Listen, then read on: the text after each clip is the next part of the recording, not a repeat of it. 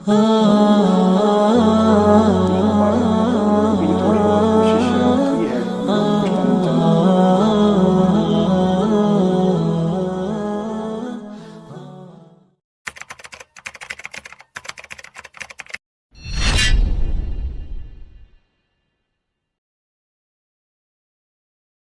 नाजरीन, आप देख रहे हैं सफ़ा ऑनलाइन का ख़ास प्रोग्राम मुज़ाकरा, और आज हमारे साथ मौजूद हैं हमारे ख़ास मेहमान जनाब नजमुद्दीन फ़ारूक़ी साहब।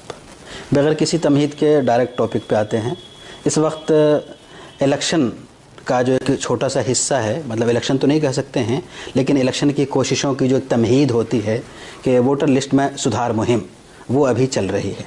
और ये हुकूमत की तरफ से बाज़ाब्ता कोशिश है कि जितने लोग हिंदुस्तान में हैं जिनका कार्ड नहीं बना है उनका कार्ड बन जाए, नाम शामिल हो जाए। और इसके लिए बाज़ाब्ता एक मैप तैयार है। हर संडे को BLO बैठते हैं और कोशिश करते हैं। इस सूरत हाल में हम जो देखते हैं और आप भी देखते होंगे कि मुसलमानों की तादाद इस कोशिश के लिए ज़्यादा एक्टिव नहीं है और दूसरे लोग कर रहे हैं। हालांकि ये काम इंतहाई ज़रूरी है और इसके बड़े दूसरे असरात मुरतब हो सकते हैं इलेक्शन में।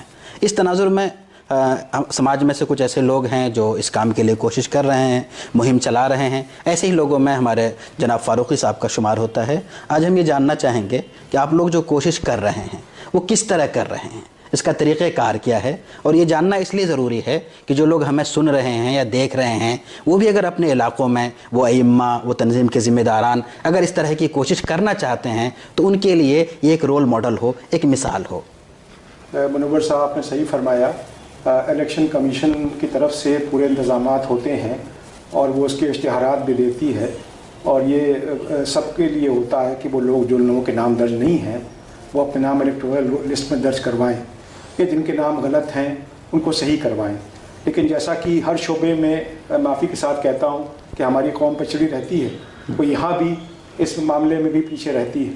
तो चूँकि अब बहुत तंजीमी लेवल के ऊपर तो काम नहीं हो पा रहा है, लेकिन थोड़ी बहुत कोशिश की है हम लोग, कुछ चंद लोगों ने मिल के वो कोशिश ख्याल से की कि ये भी हम लोग एक तरीके से सरकार की मदद ही करेंगे कानून के दायरे में रहते हुए कि थोड़ी बेदारी में पैदा की जाए। ये कोशिश पिछले कुछ अरसे से की गई। बहुत अच्छे नताइज तो नहीं लगते हैं कि बहरहाल कुछ न कुछ उसके नताइज सामने आए। अब उसमें चंद अहम बातें जो आपने सवाल किया है उसके ज़िम्मे में आपको बताना चाहता हूँ। वो ये कि एक तो कुछ लोगों को ये ख्याल है कि जैसे हमारे पास इलेक्शन आई कार्ड रखा हुआ है तो वो इलेक्शन आई कार्ड अपने आप में सफिशेंट है। अगर हमारे पास कार्ड है तो गोया हमारा नाम, हम वोट डाल सकते हैं। लेकिन ये थोड़ी सी गलतफहमी है इसमें। इलेक्शन आई कार्ड होने के बावजूद भी आप हो सकता है कि वोट इसलिए न डाल पाएँ जब बूथ पे आप पहुँचें क्योंकि आपका नाम इलेक्टोरल लिस्ट में न पाया जाए। तो असल बात यह है कि आपका नाम मौजूदा इलेक्टोरल लिस्ट में जहां आप रहते हैं, जो आपका मौजूदा पता है और जो आपका बूथ जहां आप वोट डालेंगे वहां के इलेक्टोरल लिस्ट में आपका नाम है या नहीं। उसका तरीका ये है कि आपके पास जो इलेक्शन आई कार्ड है उस अपने वोटर ID कार्ड को आप, एक वेबसाइट है उनकी इलेक्शन कमीशन की, उस वेबसाइट के ऊपर जो लोग कर सकते हों, मैं उनकी बात कर रहा हूँ, जिनको नहीं आता वो मदद ले सकते हैं ऐसे लोगों के जैसे हम लोग काम कर रहे हैं, तो उस साइट पर जा करके वो उसको सर्च कर सकते हैं। अगर उनके पास मान लीजिए वोटर आई कार्ड है तो वो नंबर पड़ा होता है उसमें, और नंबर डाल दें। अगर वो नाम उनका दर्ज होगा तो वो साइट के ऊपर शो हो जाएगा नाम उनका। अच्छा, अगर मान लीजिए कार्ड मिसप्लेस हो गया है और उनके पास वोटर ID नंबर है तो वोटर ID नंबर डाल के वो सर्च कर सकते हैं। अब अगर मान लीजिए उनके पास वोटर ID नंबर भी उनको याद नहीं है, कार्ड भी नहीं है, तो भी उनको ये है कि भाई हमारा नाम हो सकता है हो, उसके लिए भी अगर वो सर्च में खाली अपना नाम पूरा डाल दें और शहर का नाम डाल दें तो उससे भी वो जब नाम अपना डालेंगे और शहर का नाम डालेंगे तो वो साइट उनको शो कर देगी कि आपका नाम एग्जिस्ट करता है। अगर उसके बाद भी उनका नाम एग्जिस्ट नहीं करता है तो फिर उनको दो रास्ते हैं। एक ये कि BLO से रब्ता कायम करें, दूसरा वो नए सिरे से ऑनलाइन अप्लाई करें। और ऑनलाइन अप्लाई करें या BLO के पास उसके लिए फॉर्म नंबर 6 होता है। अगर नया आपका वोटर जब आई कार्ड में नया नाम आना है तो 1 जनवरी जैसे कि है कि 2019 तक जिनकी उम्र 18 साल हो रही है, जिन लड़के लड़कियों की, उनके नाम दर्ज होने चाहिए जो 18 साल के हो गए।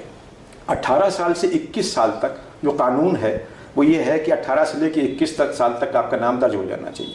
किसी वजह से अगर 21 साल तक आपका नाम दर्ज नहीं हो पाया है और उम्र आपकी तजावुज़ कर चुकी है तो ऐसी सूरत में भी आप वही फॉर्म नंबर अप्लाई करेंगे, उसके साथ में एक डिक्लेरेशन होता है, एफिडेविट लोग उसको कहते हैं, लेकिन वो हलफनामा जो है वो उसी के साथ एक एनेक्जर होता है फॉर्म के साथ, वो उसको भरना होता है, उसके साथ जमा करेंगे। अगर कोई नाम में तब्दीली है, जैसे किसी लड़की की शादी हो गई, शादी के बाद उसका नाम बदल गया, ऐसी सूरत में भी ऑनलाइन भी अप्लाई कर सकता है, वो फॉर्म नंबर 8 का उसमें इस्तेमाल किया जाएगा। या अगर उसका बूथ मान लीजिए किसी और शहर में उसकी पोस्टिंग थी, रिटायर होकर आया है या तबादला होकर आया है, ऐसी सूरत में भी उसके नाम को तब्दीली के लिए ऑनलाइन भी कर सकता है अप्लाई, और BLO से रब्ता। तो 2 सूरतें हैं, एक तो ये कि ऑफलाइन और दूसरा ऑनलाइन।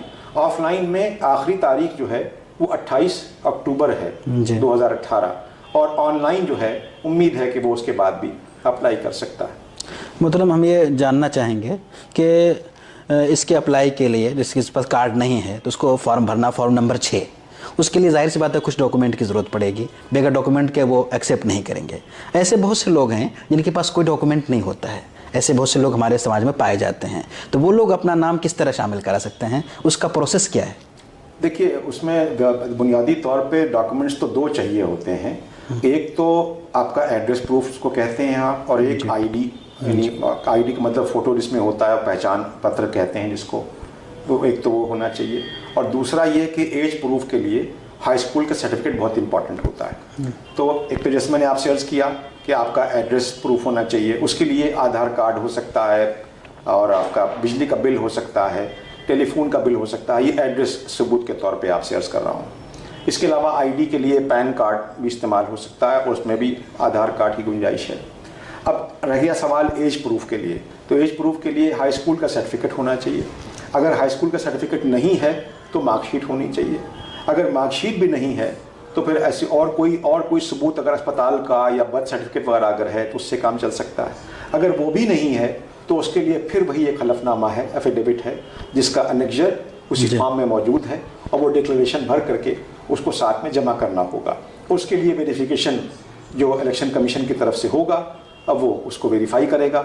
और एक बात जो और अहम है वो ये है कि जो ऑफलाइन जो लोग अप्लाई करें, उनसे ख़ास तौर पे ये दरख्वास्त है कि बराह करम वो BLO के पास जब पूरे अपने डॉक्यूमेंट्स, और एक बात का और ध्यान रखें कि फॉर्म पूरी तरीके से चेक कर लें कि सही भरा हुआ या नहीं भरा हुआ, कोई कॉलम जो ज़रूरी कॉलम है कोई छूटने ना पाए, और अगर फॉर्म दुरुस्त भरा हुआ है उसके साथ में उसके सपोर्टिव डॉक्यूमेंट्स लगे हुए हैं, तो BLO के पास जब ऑफलाइन अप्लाई आप करेंगे तो उससे रसीद ज़रूर लेंगे।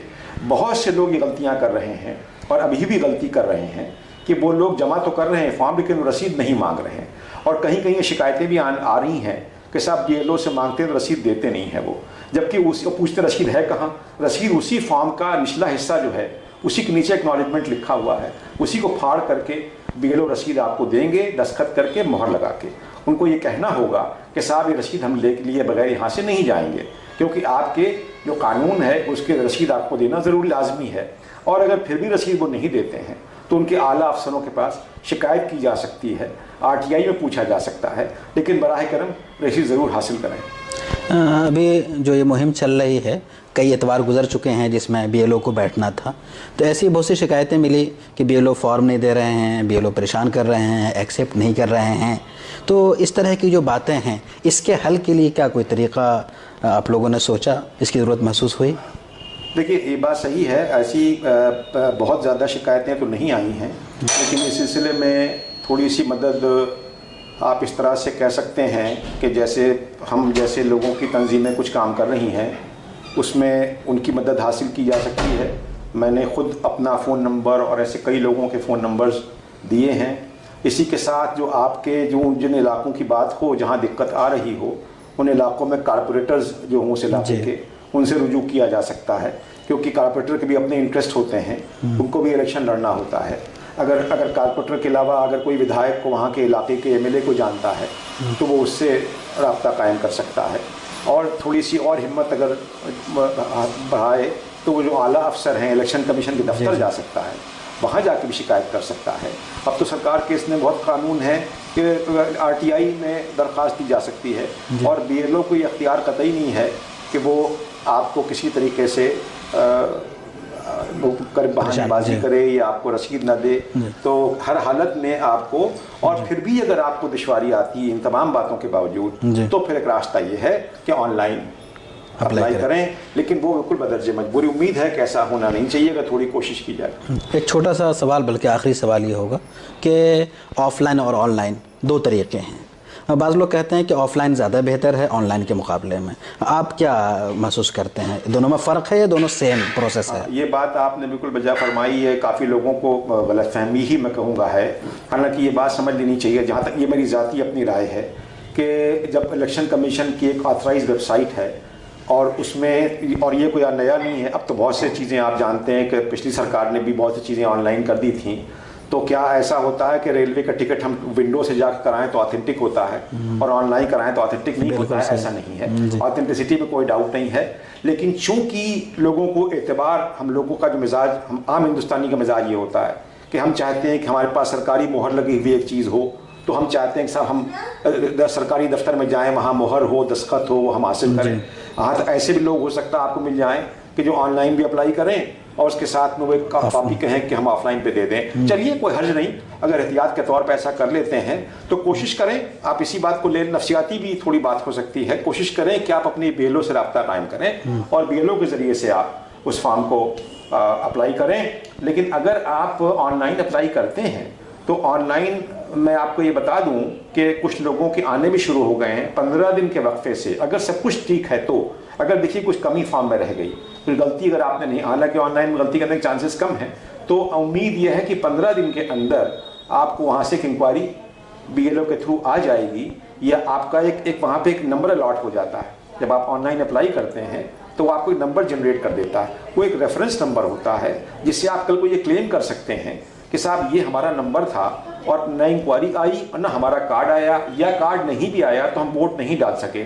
ऐसे चांसेस नहीं है इंशाल्लाह ऐसा होने के। नाज़रीन, आप देख रहे हैं सफ़ा ऑनलाइन का ख़ास प्रोग्राम मुज़ाकरा।